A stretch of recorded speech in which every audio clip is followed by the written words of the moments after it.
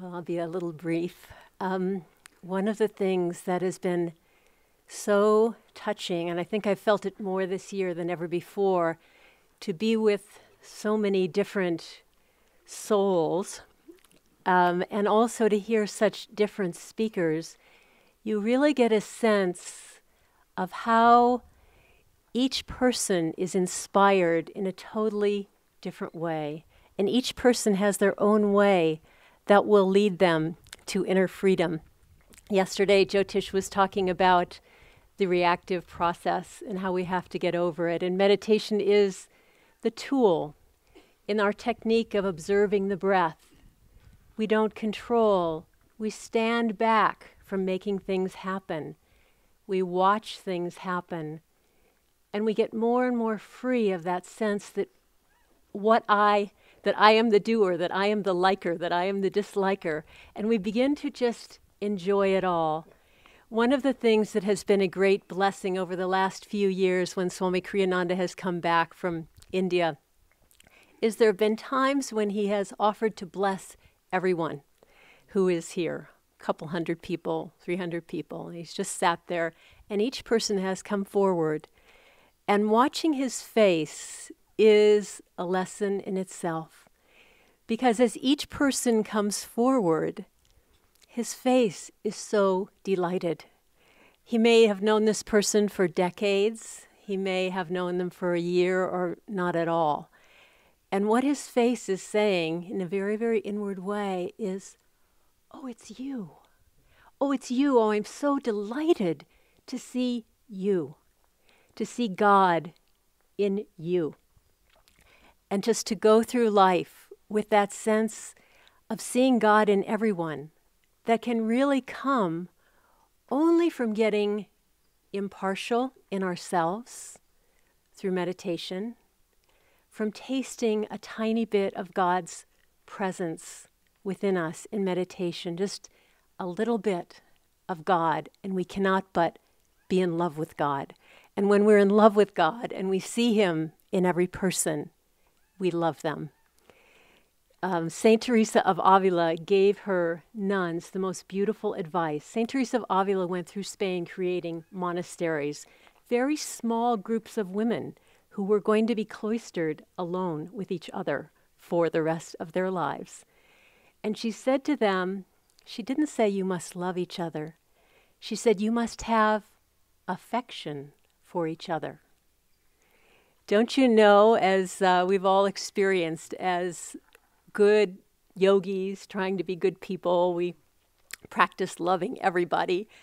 But there's some people that we love them, but we don't like them all that well. And that's because we're still hanging on to a little bit of likes and dislikes. And if through our Kriya Yoga, as Jyotish was talking about, we can release that process of I like it, I don't like it, it's good, it's bad. And if we can get into that impartial flow of seeing God in everyone, then we go to a deeper level of love, where, like Swami had, that affection in his face. I love them all. I love you all. You're all just the most special person that I've ever seen. There were two little boys who were watching some potatoes boil on the stove. And the potatoes were going up and down, and the little brother said to his older brother, "Oh, look, the potatoes are jumping up and down." And the older brother said, "No, it's the fire that's making them jump." And that is like our life. We think, oh, I just made a good decision. I just did something good in life. We think that it's us jumping up and down, when really it's the life force. It's God's intelligence. It's God's energy. It's God's love that's activating us in everything we do. And what we want to do is tune into that more than anything.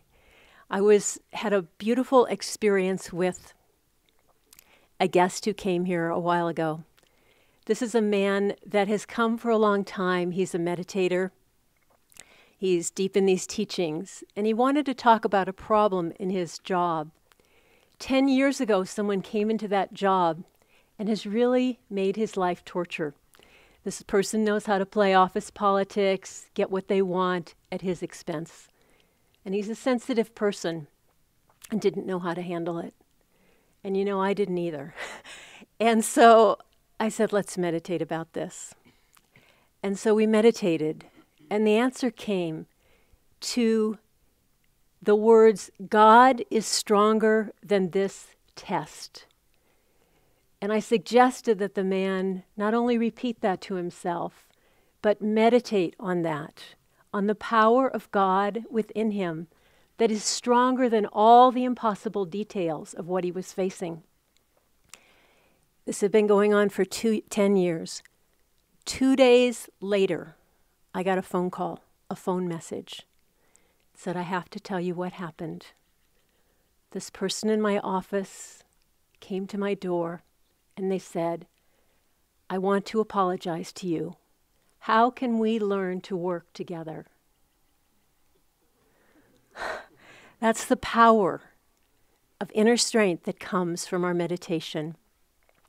I'd like to just leave with one story. There was a man who planted a flower seed in his garden. And he watered it, and he fed it, and the plant began to grow.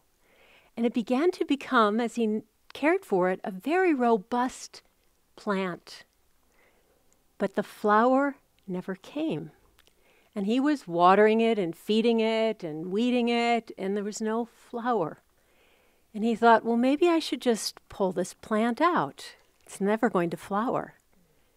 And then he thought, no, it's my job to nurture it. It's my job to water and weed it.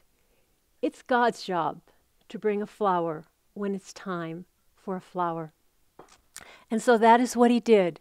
And he totally forgot about the fact that the plant was even supposed to flower. He just enjoyed tending it. And then one day, he awoke to a beautiful fragrance.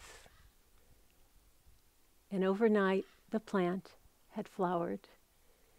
And that is what we need to think about in our meditation. It's really not up to us what results come from our meditation. It's up to us to nurture it, to feed it, to bring it, to give it our love. And God will send the flower when it's time. But our joy is to offer that nurturance through our meditation, to offer that to God and leave the rest to Him.